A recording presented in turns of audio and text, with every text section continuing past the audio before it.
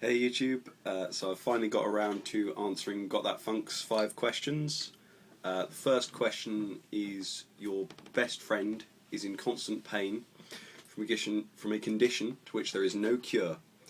They plead with you to end their life as an act of mercy. To end their suffering, they want you to do it right now. How do you handle the situation? That's really a tricky one. If it was a friend I had right now, in today's societal conditions, that would be very tricky. The first question I've got to ask myself is, are they in a sound state of mind? I mean, is there really no cure? Is there really no hope of a cure? Is it really that impossible? Because people in a lot of pain can say some stupid shit. However, if it's in today's society, then I would probably do my best to get them somewhere where, if they wanted to, they could end their life with as much dignity as they want. If they don't want to live in pain, they're my friend, and if they're asking me to, I would do this for them. Only if they were a very, very close friend, because of the possible legal repercussions.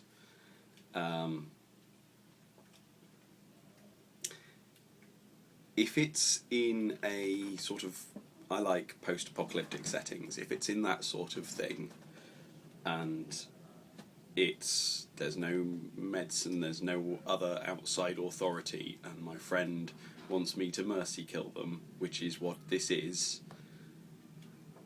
then I think I would probably do it for them, and make it quick and clean as best I could. I don't believe sort of that you should necessarily have to hang on suffering because of something like that. But on the other hand, I believe that where there's life, there's hope, and so it would have to be a situation in which I would agree with them that they were in a sound state of mind. Like, if my friend is merely in pain and I reckon I can get us some herbal remedies to cure the pain, or I reckon that there might be a chance of surviving to a better condition, where there's life, there's hope, I would do my best to get them there, and hope that they wouldn't hate me for extending their suffering. But yeah, that's my answer to part 1. Part 2 is a big long list. I'm going to have to think about this. I'm going to drink my beer and be back in a sec.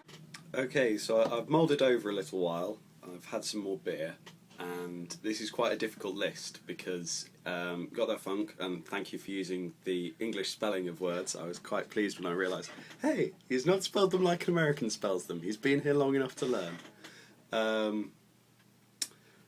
How would you prioritise from the least important to the most important, the following list of characteristics? And he's got a long list.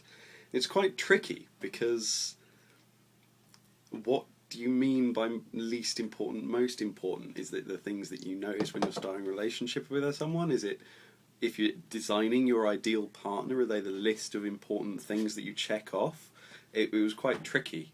I'm not sure how I feel about this list, but just a rough, quick gut instinct guide was, likes your sense of humour.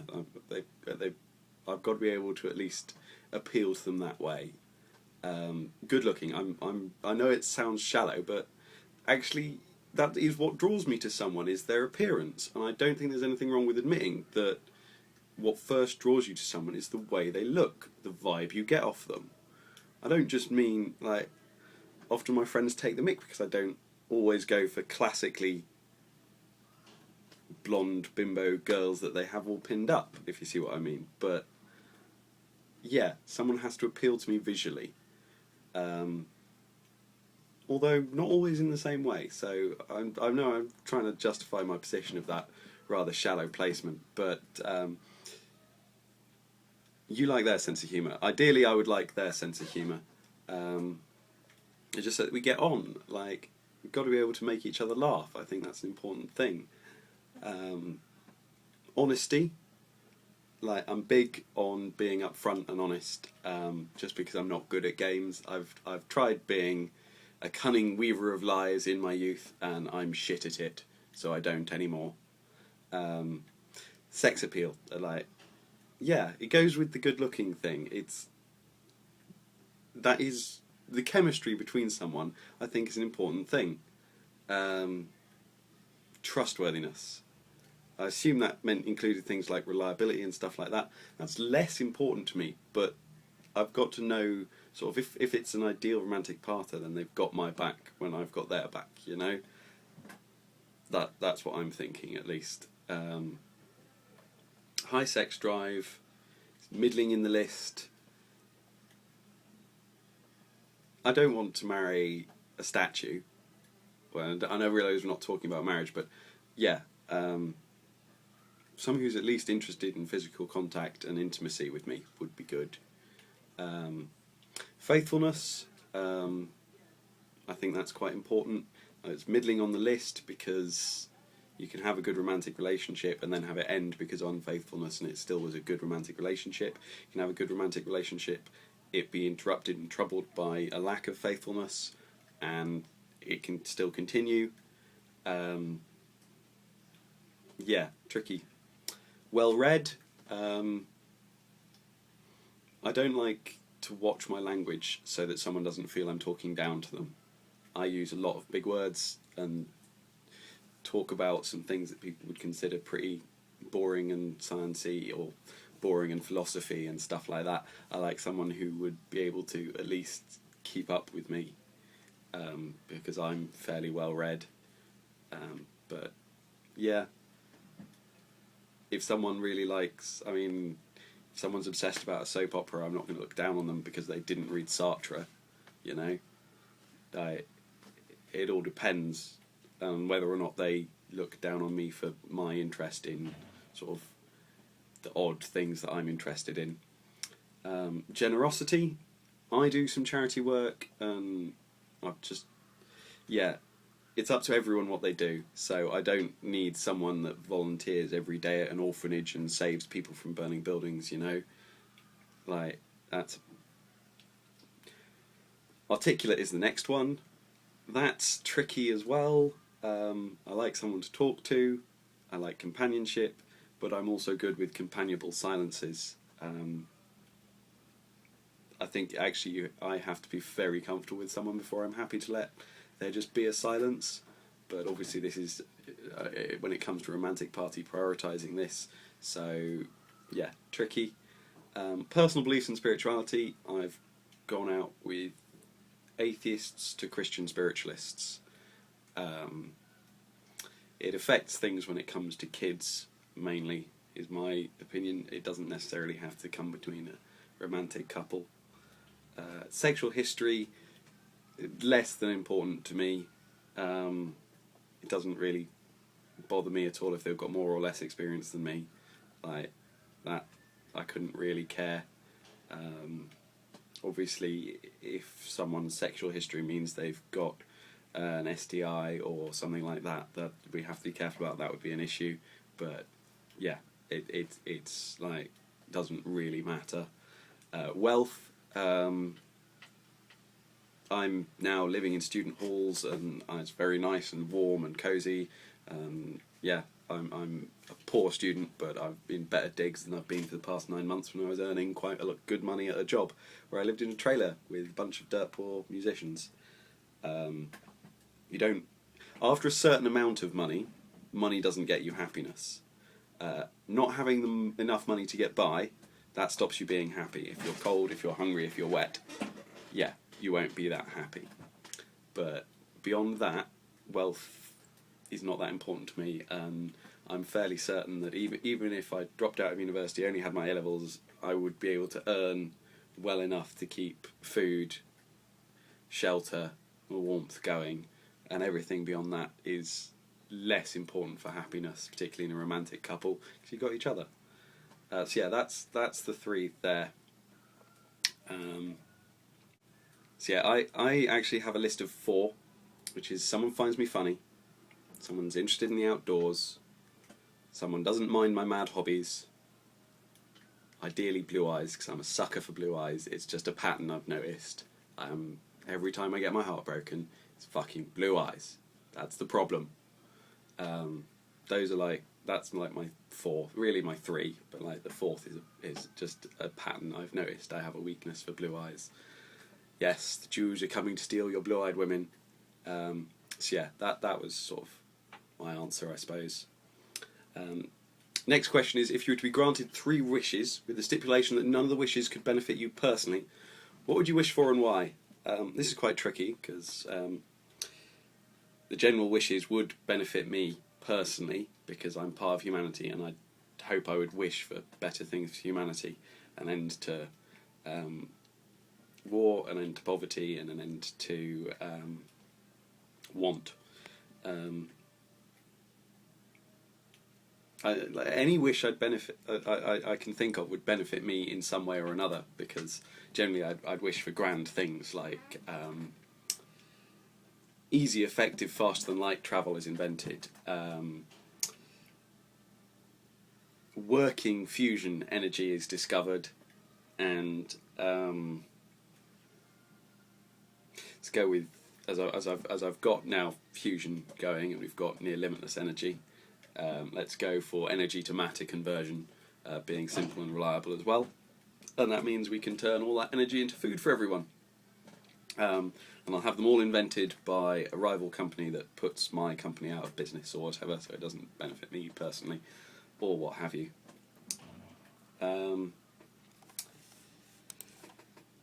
Final question. Oh no, sorry. Fourth question. If given the choice between £5,000 to spend however you wish, or £25,000 to spend travelling abroad wherever you wish, on condition that you have nothing to show for it at the end, no souvenirs, no pictures, no videos, then what would you pick? That's an interesting question. All you'd have is your memories. I would probably spend the money travelling and have experiences. Mainly because when I'd stopped travelling, I could then go get my memento tattoos, because I can just get them done from memory. I mean, I'd love to collect tattoos as I went. I'd love to collect experiences along with trophies, but in generally, £25,000 travelling could get me all across the map that you see behind me. It would get me so many places. I would definitely travel.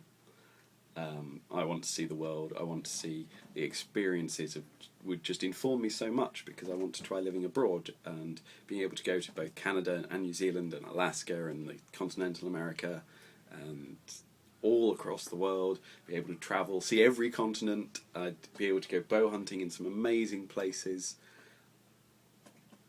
Yeah, I'd definitely take the travelling money rather than spending money.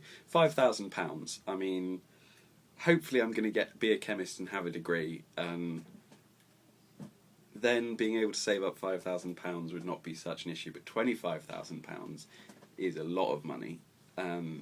Like, spending that travelling abroad would, oh, yeah, planning the trip already in my head. Definitely, it's got to be the travelling. So the last question is an interesting one. Think about the events in your life that have made you angry. What single thing made you the most angry you've ever been, and what did you do about it? It's a tricky one. I've not actually really spoken about this on YouTube before. When I was in high school, I suffered a couple of months of a racial bullying campaign, as it were. Maybe a bit more than that, actually. And I really had no idea how to cope. It made me incredibly angry. And the angriest I ever got over it, I didn't know how to deal with it, so I bottled it up. I really bottled it up, and then I would just blow up. Like, it was bad. I ended up screaming at empty fields, and like having to be sent to the nurse's room, and yeah, it was pretty bad. And the angriest I ever got about it was when I finally saw who was doing it, who was shouting at me all the time, just racist abuse. I knew it was them. The only people around, you know, in between lessons, the only people around, no one else, had to be them. And I just saw red, and I went for it, and I ended up fighting one out of the three who were there, who stepped up to me when I started swinging, and yeah, that's one of the few fights I got into that I won. At least I call it a win. We were separated, but I knocked him down the most. I bloodied his nose, and I didn't kick him when he was down. I just knocked him down again, and it sounds pretty stupid and puerile to talk about it. And it is, like, it didn't change anything. I had to apologise to him, because I struck first. Nothing, like, the school never did anything about it. I got stuck in the sack, as it was called then, for 2 weeks. And yeah, it was utter bollocks. But for the moments of that incandescent rage, it felt fucking good. Remembering it, I can see in my face on the screen playback, I don't look like... I look like myself when I'm talking about something I really enjoy, but already it makes me so angry again. It's just...